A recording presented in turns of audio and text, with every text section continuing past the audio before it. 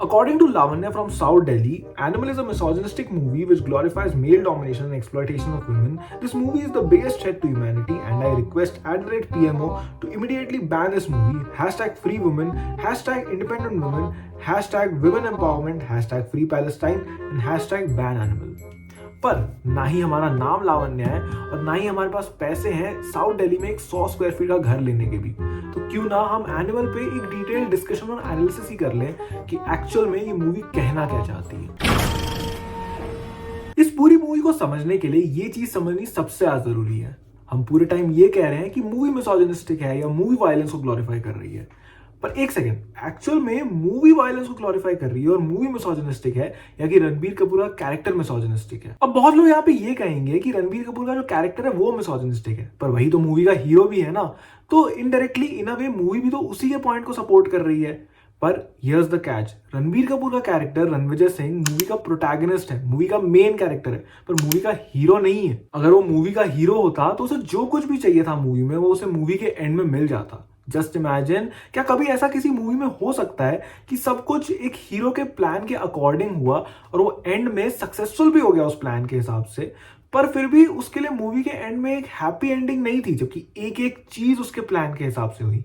In the sense कि रणविजय ने वो सब कुछ किया जो उसे करना था, उसे अबरार को मारना था, उसने मारा, एक एक चीज उसके प्लान के हिसाब से हुई, पर फिर भी एंड में भी उसे उसके पापा का प्यार नहीं मिला। इनफैक्ट उसकी बीवी तक उसको छोड़ के चली गई। तो एट द एंड मूवी में ये नहीं दिखाया गया है कि रणबीर कपूर के कैरेक्टर ने जो कुछ भी किया वो सही था, बल्कि सिर्फ उसके एक्शंस दिखाए गए हैं और उसके कॉन्सिक्वेंसेस भी। तो जिसको भी वो एक्शंस फॉलो करने हैं उसको ये समझना पड़ेगा कि कॉन्सिक्वेंसेस भी रणविजय वाले ही होंगे। इनफैक्ट अगर आपको संदीप रेड्डी वांगा की लास्ट मूवी याद हो, कबीर सिंह, तो उस मूवी का मेन क्रिटिसिज्म ही यही था कि कबीर सिंह के टॉक्सिक बिहेवियर और गलत एक्शंस के बाद भी उसकी एक हैप्पी एंडिंग हुई थी और उसे वो लड़की मिल गई थी। पर इस मूवी के साथ ये केस बिल्कुल भी नहीं है। ज्यादातर इंडियन मूवीज में जो भी मेन कैरेक्टर होता है किसी भी मूवी का वो परफेक्ट होता है। अगर वो कभी कुछ गलत कर भी देता है तभी भी वहां उसका इंटेंशन सही होता है। अगर वो लूजर भी होता है तभी भी वो हीरो ही होता है। But this is not the case with Animal. Ranvijay का character is not a perfect one but a flawed character, यानी कि उसने मूवी में सही से आया तो गलत काम किए हैं। रणविजय का character changes over time in the movie. वो बंदा स्टार्टिंग में उतना ज्यादा मिसोजिनिस्ट नहीं होता है जितना वो बाय द एंड हो जाता है। इनफैक्ट ये चीज कई सारे सीन्स में हाईलाइट भी की गई है, जैसे कि जब गीतांजलि के मम्मी पापा उससे मिलने आते हैं तो उसकी मम्मी गीतांजलि से पूछती है कि तुम इसे छोड़ क्यों नहीं देती। तब गीतांजलि ये कहती है कि जब उसके लेबर पेन्स चल रहे थे तो सिर्फ रणबीर कपूर का कैरेक्टर यानी कि रणविजय ही उसके साथ खड़ा था, वो भी बिना कोई कंप्लेन किए हुए। आई डोंट थिंक ये किसी ऐसे इंसान का बिहेवियर हो सकता है जो कि एक हार्डकोर मिसोजिनिस्ट हो और अपनी वाइफ की रिस्पेक्ट ही ना करता हो। पर मूवी के अंदर रणबीर कपूर के कैरेक्टर का ये वाला पार्ट उसके लाइफ का कभी हाईलाइट नहीं किया गया है, ये वाला टाइम उसके लाइफ का कभी दिखाया नहीं गया है, जिसकी वजह से कि ऑडियंस ने भी रणबीर कपूर के कैरेक्टर को एक स्ट्रेट अप मिसोजिनिस्ट समझ लिया, जो कि इन रियलिटी मूवी में उसके अंदर एक ओवर टाइम चेंज आता हुआ दिखता है, जिसके अंदर कि वो एक नॉर्मल अग्रेसिव इंसान से एक एनिमल बनता है।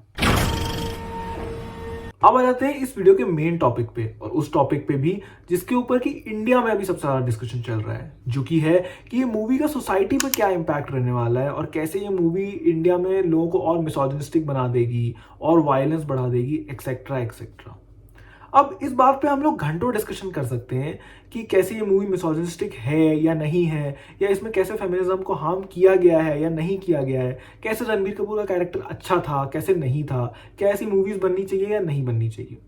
पर मिला जुला के बात सिर्फ इतनी है कि हमने मूवीज को शायद थोड़ा ज्यादा सीरियसली लेना चालू कर दिया है, जितना कि इन जनरल पब्लिक नहीं लेती उनको सीरियसली। मूवीज का इतना बड़ा इम्पैक्ट इन जनरल पब्लिक पे नहीं होता है।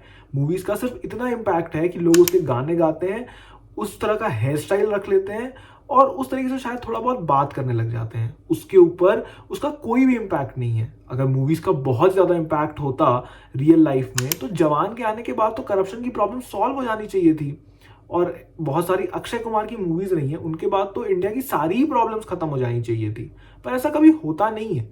इनफैक्ट मूवीज का जो इम्पैक्ट होता है इवन पॉप कल्चर वाले सेंस में वो भी बहुत जल्दी खत्म हो जाता है। कोई नई मूवी आती है लोग पुरानी भूल जाते हैं। हाँ डेफिनेटली, अगर कल को हर मूवी ही ऐसी बनने लग जाए, हर मूवी में ही वायलेंस को ग्लोरीफाई किया जाए और हर मूवी में ही थोड़ी मिसोजिनी हो, तो फिर वो एक प्रॉब्लम बन सकती है। पर हमें एक बात समझनी बहुत ज़्यादा ज़रूरी है कि मूवीज सोशल रेवोल्यूशन नहीं लाती हैं और वो सिर्फ एंटरटेनमेंट के लिए होती है। इनफैक्ट ऑडियंस भी उस मूवी को उसी नजरिए से देखती है। तो इसलिए for the time being I guess we can just chill. मिलते हैं नेक्स्ट वीडियो में, तब तक के लिए गुड बाय। क्या किया भाई मैंने ये।